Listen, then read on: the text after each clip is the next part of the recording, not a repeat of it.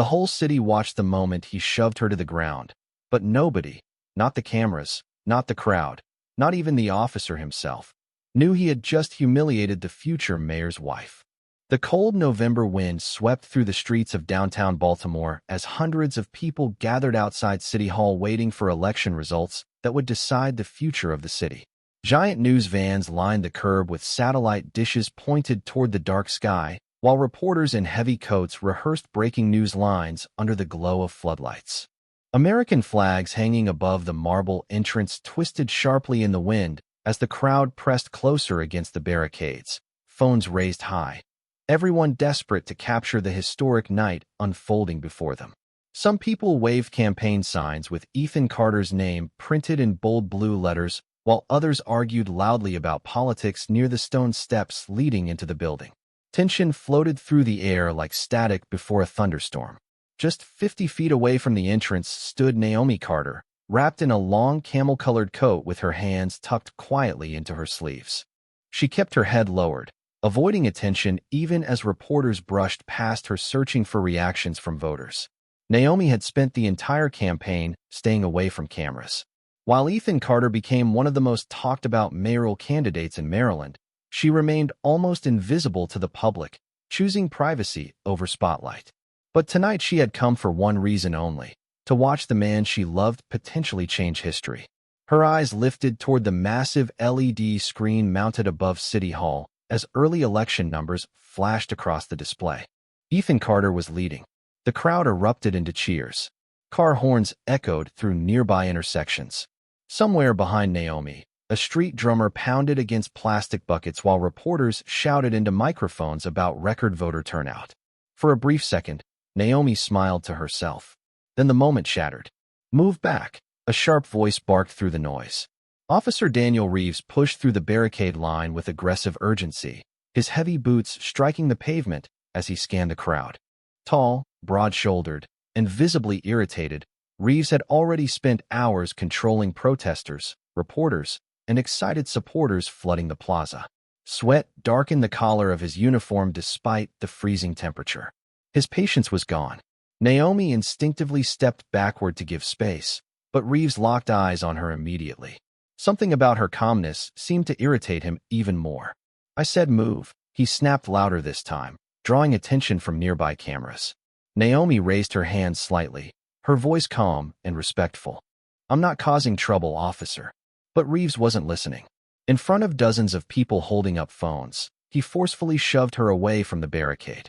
Naomi lost balance on the slick stone pavement and stumbled hard against the lower City Hall steps. Gasps rippled through the crowd. One woman covered her mouth. A college student filming nearby whispered, "Yo, what just happened?" Naomi caught herself before falling completely, but the impact still sent pain through her shoulder. For a moment, she remained frozen there beneath the harsh white lights outside City Hall, while cameras zoomed in from every angle. Reeves pointed toward the street with open contempt. "You people never listen," he muttered coldly. "Back up and stay where you belong." The words hit harder than the shove itself. Around Naomi, the city kept moving. Reporters continued talking. Sirens echoed somewhere downtown. A live-stream chat exploded online as clips of the confrontation spread across social media within seconds. Yet nobody stepped forward to help her. Nobody except an elderly black man standing near the barricade who quietly said, "Ma'am, are you all right?" Naomi slowly lifted her eyes toward Officer Reeves. There was humiliation in them, yes, but something else too. Something steadier. Something stronger than anger. She rose carefully to her feet without yelling, without arguing, without giving him the emotional reaction he seemed desperate to provoke. Then she looked directly at him and spoke in a voice so calm it almost disappeared beneath the wind. "Tonight," she said softly, "this city is going to remember exactly who you are." The plaza outside City Hall no longer sounded like a celebration. The cheers had faded into nervous murmurs as more phones turned toward Naomi and Officer Reeves. Rain began falling in thin, cold drops, coating the marble steps and reflecting the blue and red emergency lights parked along the street. Somewhere above the crowd, a news helicopter circled slowly through the clouds, its spotlight sweeping across the packed sidewalks below like the city itself was searching for answers. Naomi stood silently near the barricade, one hand resting lightly against her shoulder while strangers whispered around her. Some people recognized the look in her eyes immediately. Not fear, not weakness. Humiliation held together by dignity. A young woman near the front lowered her phone for a second and quietly said, "She did not even fight back." But Officer Daniel Reeves seemed almost energized by the growing attention. The more cameras pointed in his direction, the more control he wanted over the moment. He adjusted his utility belt and stepped closer to Naomi again, placing himself directly between her and the entrance to City Hall. "I told you already," he said sharply. "This area is restricted. Do not make this harder than it needs to be." Naomi looked past him toward the giant election screen, where numbers continued climbing beside Ethan Carter's name. 72% of precincts had reported. The crowd erupted again as another update flashed across the display. Ethan's lead was growing. Reeves noticed where she was looking and scoffed under his breath. "You people always show up when cameras are around," he muttered, trying to make a scene. The words landed heavily in the freezing air. Several people nearby exchanged uncomfortable glances, but nobody challenged him directly. Nobody wanted confrontation with a uniform standing beneath floodlights and national news cameras. That was the strange thing about power. Even when it looked ugly, people still hesitated to stand against it. Naomi slowly inhaled, steadying herself against the cold wind whipping through downtown Baltimore. Her dark curls moved softly against her coat collar as rain collected on her sleeves. She could feel dozens of eyes studying her, waiting for her to explode, to scream, to become exactly what Officer Reeves expected her to become. But she refused. Instead, she spoke quietly. "I came here peacefully." Reeves gave a humorless laugh. "Sure you did." A reporter standing 20 feet away suddenly lifted an earpiece with concern spreading across his face. Nearby producers started checking their phones. Livestream comments were flooding in faster than moderators could control them. The video clip of Naomi being shoved had already spread across multiple social media platforms. Thousands of viewers were now watching the scene unfold live from every angle.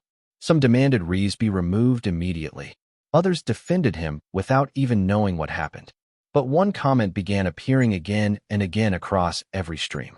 "Wait, is that Naomi Carter?" A local political blogger pushed through the crowd, staring intensely toward Naomi before speaking under his breath. "No way." He quickly pulled out his phone and began scrolling through old campaign photos. Meanwhile, Reeves remained completely unaware of the shift happening around him. He was too focused on asserting authority over the woman standing in front of him. "Listen carefully," he said, lowering his voice with cold impatience. "Tonight is already chaotic enough. I do not need another problem standing outside City Hall." Naomi finally met his eyes directly. There was sadness there now, but also disappointment, so deep it almost unsettled him. "The problem is not me, Officer Reeves," she replied softly. "The problem is what happens when people with power stop seeing others as human." For the first time that night, Reeves hesitated. Just for a second. Something about the calm certainty in her voice made the noise around them suddenly feel distant. Then, across the massive screen above City Hall, the election numbers updated once more. The crowd gasped together as Ethan Carter crossed the threshold that all but guaranteed victory. The energy outside City Hall changed instantly after the latest election numbers appeared on the giant screen. It was no longer simple excitement. It felt heavier now, electric and unstable, like the entire city was holding its breath at the same time. Rain continued falling across the crowded plaza, turning campaign flyers into wet scraps beneath people's shoes while camera operators wiped water from their lenses and shouted instructions into headsets. Ethan Carter's lead had become impossible to ignore. Reporters who had spent weeks predicting a close race suddenly shifted their tone, speaking with growing certainty about the city's next mayor. But beneath all the noise, another conversation was spreading faster than the election itself. The woman near the barricade. The clip. The officer. Naomi could feel it happening around her without checking a single phone. Faces in the crowd were changing. Some people who had ignored her moments earlier now stared with widening eyes. Others whispered urgently into each other's ears while secretly glancing in her direction. A young campaign volunteer standing near the entrance slowly lowered his sign and muttered, "I think that is Ethan Carter's wife." The sentence moved through the crowd like fire through dry grass. Officer Reeves finally noticed the atmosphere shifting, though he misunderstood the reason. He assumed the growing tension came from the election results, not from him.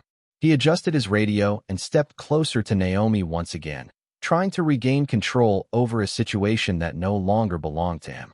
"You need to leave this area immediately," he said firmly. "Now." Naomi did not move. Her composure unsettled him more than open anger would have.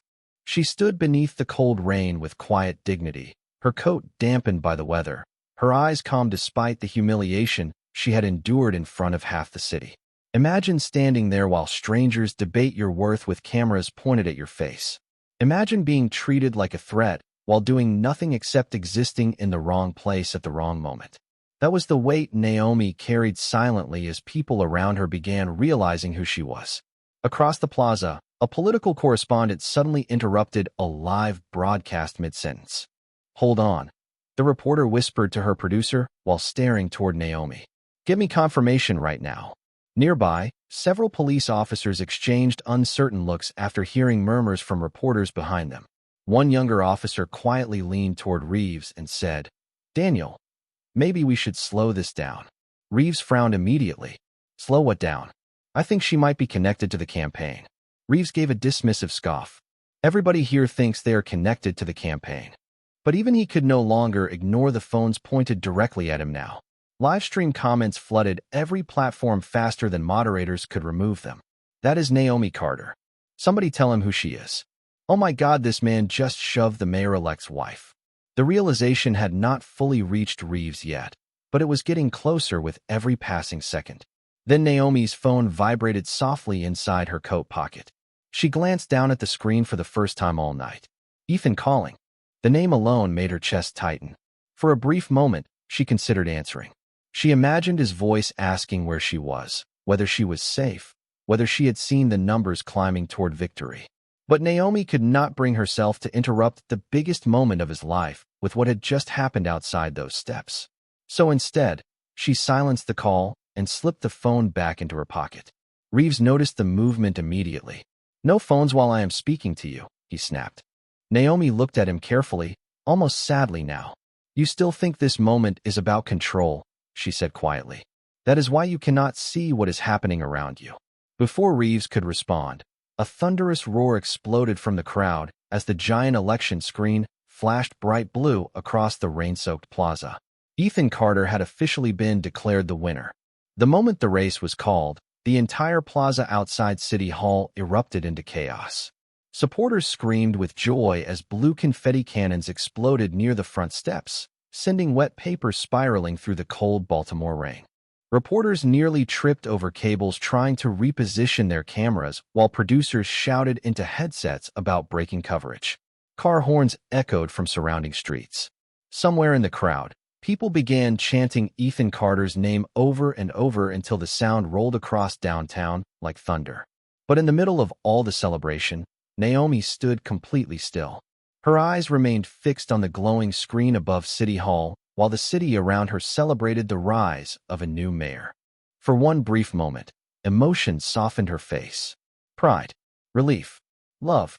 She remembered the tiny apartment she and Ethan shared 12 years earlier when he worked double shifts at a legal aid office because nobody with power wanted to support a young black attorney talking about police reform and housing injustice. Back then, they could barely afford groceries some weeks. Naomi used to stay awake after midnight helping him practice speeches in their kitchen while cheap coffee grew cold beside stacks of handwritten notes. Ethan would pace between the refrigerator and the sink, nervous before community meetings where nobody expected him to succeed. "Maybe I am aiming too high," he told her once after losing his first city council race by almost 20 points. Naomi had looked him directly in the eyes that night and answered, "The city is not afraid of your failure, Ethan. It is afraid of your potential." He never forgot those words. She was the reason he kept going when donors disappeared, when critics mocked him on television, when angry callers flooded campaign offices with threats and insults. Naomi never needed microphones or headlines to influence people. Her strength lived quietly beneath the surface, in patience, in discipline, in dignity. That was why she avoided campaign cameras whenever possible. She did not want attention. She wanted peace. But standing there outside City Hall, soaked by freezing rain while strangers whispered about her online, Naomi realized peace was no longer possible tonight. Across the plaza, Officer Reeves finally noticed something changing in the faces around him. The hostility aimed at Naomi was disappearing. In its place came shock, recognition. Some people stared directly at him now with expressions that made his stomach tighten for reasons he could not fully explain. A middle-aged cameraman lowered his equipment and muttered, "This guy is finished." Reeves frowned immediately. "What did you say?" But the cameraman ignored him, too focused on the notifications exploding across his phone screen. National political accounts had already reposted the footage. Millions of people were beginning to watch the same 20-second clip over and over. The shove. Naomi stumbling against the steps. The officer standing over her while she remained calm beneath the floodlights. It looked worse every time it replayed. Then the giant wooden doors of City Hall slowly opened. The crowd screamed louder than before as campaign staff and security personnel rushed outside into the rain. Bright television lights pointed toward the entrance instantly. Everyone expected Ethan Carter to emerge smiling, waving, ready to deliver the speech that would define his career. But before he appeared, another figure stepped through the doorway first. Marcus Hill, Ethan's longtime campaign manager. The moment Marcus spotted Naomi near the barricade, the color drained from his face. "Oh no," he whispered. He moved quickly through the crowd toward her, ignoring reporters shouting questions behind him. Officer Reeves instinctively stepped in front of Marcus to block access. "Sir, stay behind the line." Marcus stared at him in disbelief for half a second before looking back toward Naomi's damp coat and shaken posture. "Do you even understand what you have done?" he asked quietly. Reeves straightened defensively. "I handled a disturbance." Marcus almost laughed, but there was no humor in it. Only disbelief. Only tension. Then he leaned closer and said the sentence that finally caused Officer Reeves' confidence to crack. "That woman is Naomi Carter." The rain continued falling. The crowd slowly grew silent around them. And for the first time all night, Officer Daniel Reeves felt fear. Officer Reeves felt the world around him slowing down in ways he could not explain. The cold rain still fell across the City Hall plaza. Reporters still shouted into microphones. Supporters still celebrated Ethan Carter's victory beneath bright campaign lights. But suddenly none of it sounded clear anymore. The noise had turned distant, muffled beneath the pounding of his own heartbeat. Naomi Carter. The name repeated in his mind like an alarm he could not shut off. He looked back at the woman standing quietly near the barricade and for the first time truly saw her. Not as a disturbance. Not as another anonymous face in a crowd. He noticed the elegance in the way she carried herself even after being humiliated publicly. He noticed the calm in her expression despite the cameras surrounding her from every angle. Most of all, he noticed that she had never once tried to embarrass him back. That realization unsettled him more than anger ever could. Around them, the crowd had shifted completely. People who once stood silent now stared openly at Reeves with visible disgust. Some lowered their phones slowly, as if the reality of what they had witnessed was finally sinking in. Others continued recording, capturing every second of the officer's growing discomfort as social media transformed him into the center of the city's outrage. A young man wearing an Ethan Carter campaign hoodie shook his head and muttered, "Man, she stayed calmer than anybody here." Nearby, an older black woman standing beneath an umbrella whispered softly, "Because she has lived through this before." The sentence hung heavy in the air, because that was the truth no camera could fully capture. Naomi's restraint did not come from weakness. It came from experience. From years of understanding exactly how quickly dignity could be stolen the moment someone decided you did not belong. Officer Reeves opened his mouth as if to say something, but no words came out. For the first time in years, his badge did not feel powerful. It felt exposed. Across the plaza, security teams suddenly became more active near the entrance of City Hall. Campaign staff rushed between television crews, while Secret Service-style protection units quietly repositioned themselves through the crowd. The atmosphere shifted from celebration to controlled urgency. Everyone important inside the building now knew what had happened outside. Marcus Hill looked at Naomi carefully. "Ethan does not know yet," he said quietly. Naomi closed her eyes briefly, rain sliding down her face beneath the floodlights. "Please do not ruin this moment for him." she replied softly. Marcus stared at her in disbelief. Naomi, I mean it. Her voice remained calm. Tonight belongs to the city. Imagine carrying humiliation in silence while protecting everyone else's peace before your own. That was Naomi Carter. Even now, after being shoved in front of cameras and treated like she was disposable, her first instinct was still to protect her husband's victory night from chaos. Marcus exhaled slowly, shaken by the Grace standing in front of him. But the city had already moved beyond control. The video clip continued spreading nationwide. Political commentators reposted it with outrage.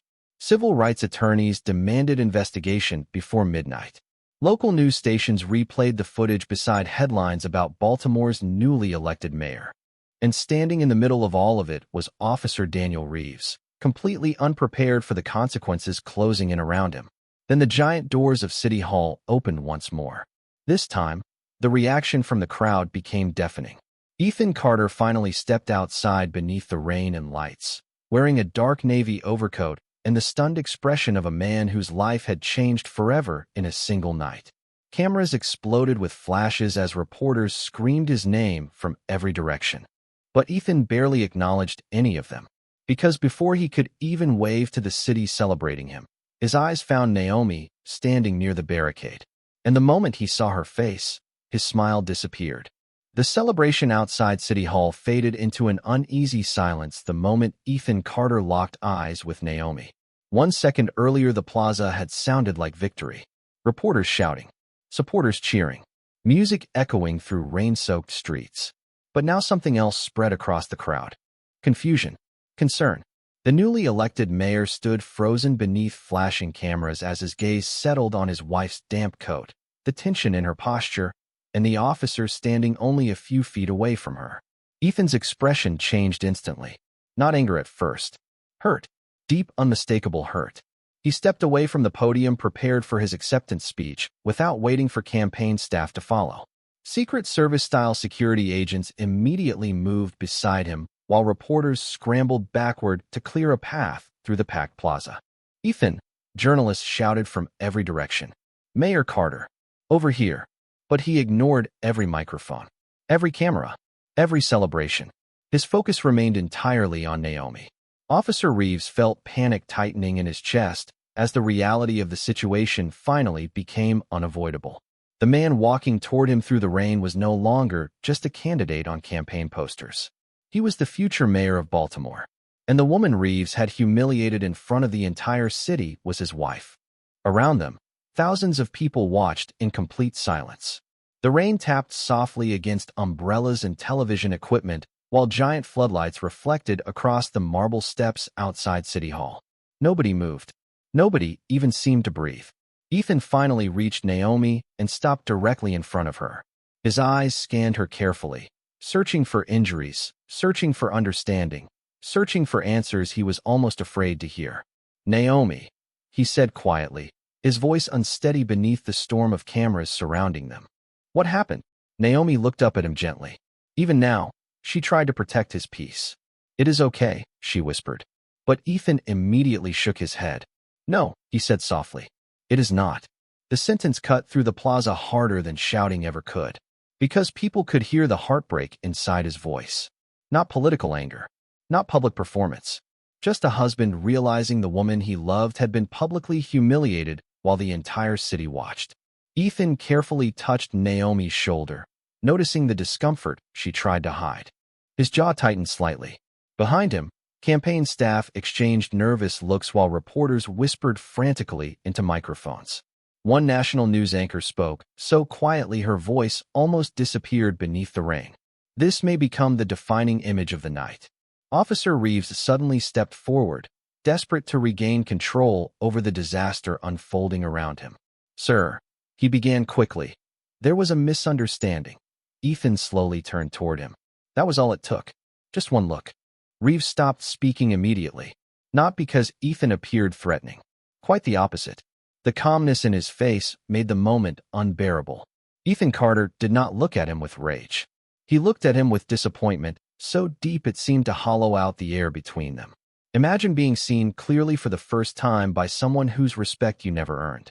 That was what Officer Reeves felt standing beneath those floodlights. Ethan glanced briefly toward the surrounding cameras, then back at Reeves. "You put your hands on my wife in front of this city," he said quietly. No yelling, no dramatic gestures, just truth spoken plainly enough for everyone to hear. Reeves swallowed hard. "I did not know who she was." Ethan's expression never changed. "That," he replied softly, "is exactly the problem." The crowd reacted instantly. Some lowered their heads. Others wiped tears from their faces. Because in that moment, the entire city understood what Naomi had endured was bigger than one officer or one shove outside City Hall. It was about how quickly dignity disappears when people believe power gives them permission to stop seeing humanity in others. Naomi gently touched Ethan's arm before the moment could spiral further. "Please," she whispered, "do not turn this night into anger." Ethan looked back at her, emotion filling his eyes as rain continued falling around them. And standing only feet away, Officer Daniel Reeves realized the badge on his chest had never felt smaller.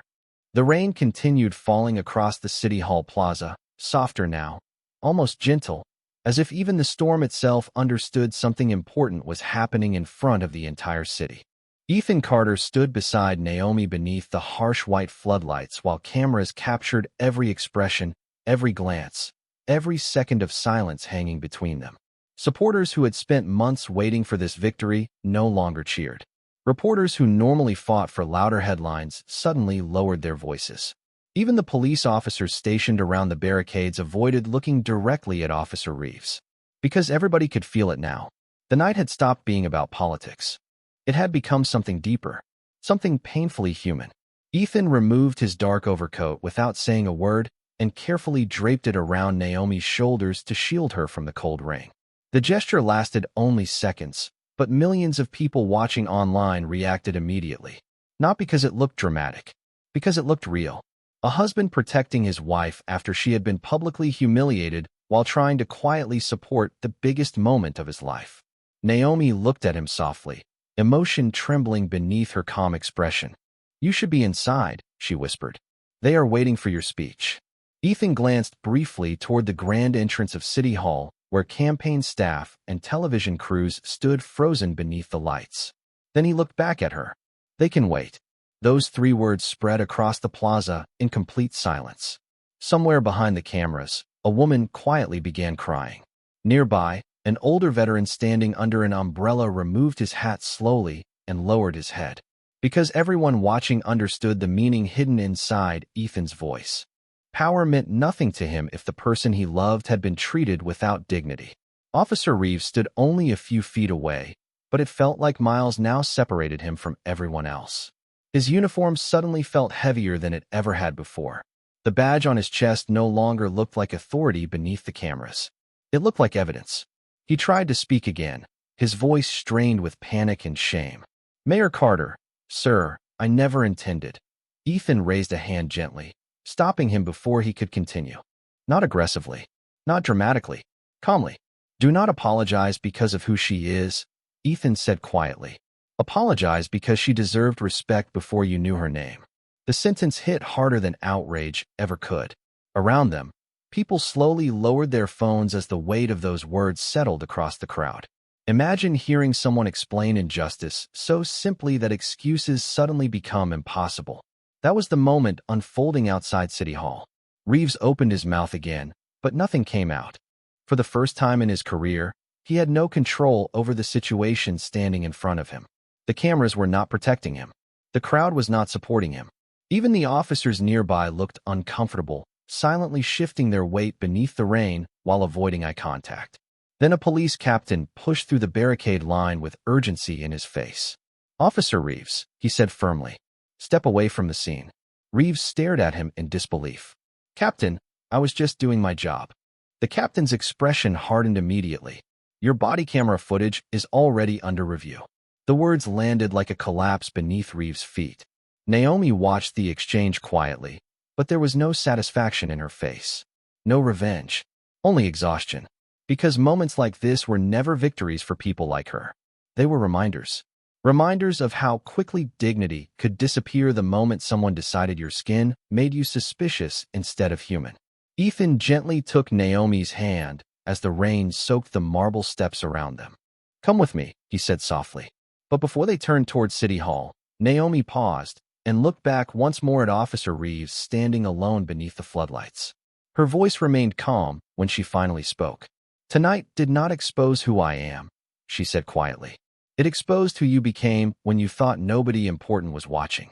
And standing there in complete silence while the entire city stared at him, Officer Daniel Reeves realized those words would follow him for the rest of his life. The walk from the barricades to the entrance of City Hall felt longer than anyone expected. Ethan Carter and Naomi moved slowly through the rain while cameras followed every step beneath the bright white floodlights reflecting across the soaked marble plaza. Supporters parted quietly to let them pass. Nobody shouted anymore. Nobody chanted campaign slogans.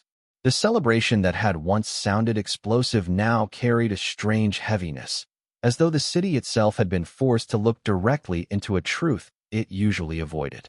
Ethan kept one hand gently around Naomi's shoulder while security agents formed a respectful distance around them. Every television station in Baltimore broadcast the scene live. Millions of viewers watched from living rooms, restaurants, airport terminals, and apartment couches across the country. Some people argued online. Others cried. But one thing became impossible to deny. The video outside City Hall was no longer just about one officer. It had become a mirror reflecting something far bigger. Inside the building, campaign staff rushed anxiously through crowded hallways while reporters filled every available space beneath crystal chandeliers and historical portraits of former mayors. Yet even there, the atmosphere had shifted. Conversations stopped the moment Ethan and Naomi entered the Grand Hall. Staff members who had spent months preparing victory speeches now stood silently watching the woman at the center of the national conversation. Naomi lowered her eyes slightly as whispers spread through the room. She had spent years avoiding political attention, years choosing quiet service over public visibility, and now suddenly every camera in America knew her name. Ethan leaned closer to her as they walked. "You do not have to stand through this tonight," he whispered softly. Naomi looked at him for a moment before answering. "If I walk away now, people will only remember what happened to me." Her voice remained calm despite the exhaustion visible in her face. "I want them to remember what happens after." Ethan stared at her with admiration so deep it almost looked painful. Because even after everything outside, Naomi still thought about healing before revenge, about dignity before humiliation. Imagine carrying enough grace to protect others while your own heart is still hurting. That was the strength standing beside Baltimore's new mayor. Meanwhile, outside City Hall, Officer Reeves remained alone near the barricades as rain continued soaking through his uniform. The crowd around him had thinned, but the cameras had not. News helicopters still circled overhead, while officers nearby avoided speaking to him directly. His radio crackled constantly with tense voices from supervisors demanding updates. Every few seconds, another notification exploded across social media. The footage had already crossed 20 million views nationwide. Commentators replayed his words frame by frame. Civil rights attorneys demanded disciplinary action before sunrise. Political analysts called the incident a defining moment for the incoming administration. Reeves stood motionless beneath the lights, staring at the wet pavement beneath his boots. For years he had believed authority protected him from consequences. That if he spoke firmly enough, acted confidently enough, people would automatically assume he was right.